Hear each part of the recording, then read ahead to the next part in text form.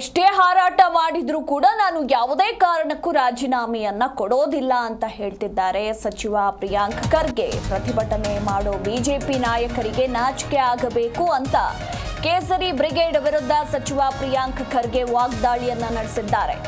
ಸತ್ಯಾಸತ್ಯತೆ ತನಿಖೆಗೆ ಗೃಹ ಸಚಿವರಿಗೆ ನಾನೇ ಪತ್ರವನ್ನ ಬರೆದಿದ್ದೆ. ಸಿಎಂರನ್ನ ಭೇಟಿ ಮಾಡಿ ತನಿಖೆ ನಡೆಸುವಂತೆ ಮನವಿ ಮಾಡಿದ್ದೆ.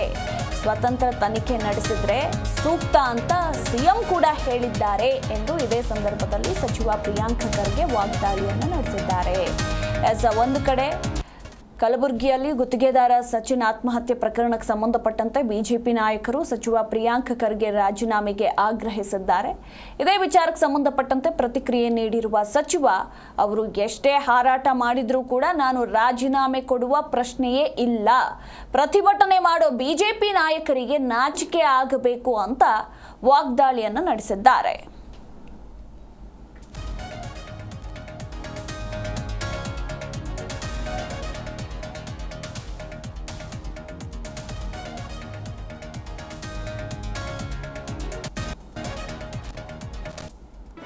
ಜಿ ಕನ್ನಡ ನ್ಯೂಸ್ ಈಗ ನಿಮ್ಮ ಮನೆಯಲ್ಲೇ ನೋಡಿ. ಎಲ್ಲ ಕೇಬಲ್ಗಳಲ್ಲಿ ಈಗ ಲಭ್ಯ.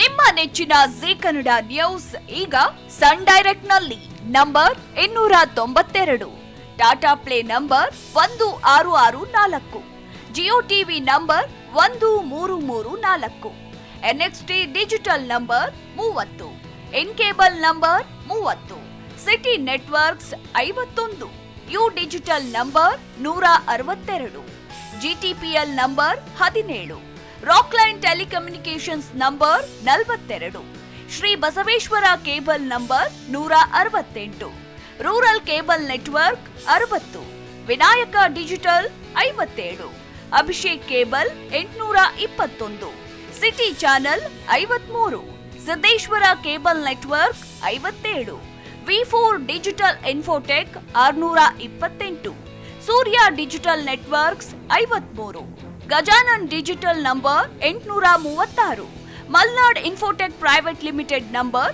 56, Metrocast number 830, Victory digital number 167ರಲ್ಲಿ ನೋಡಿ ಆನಂದಿಸಿ.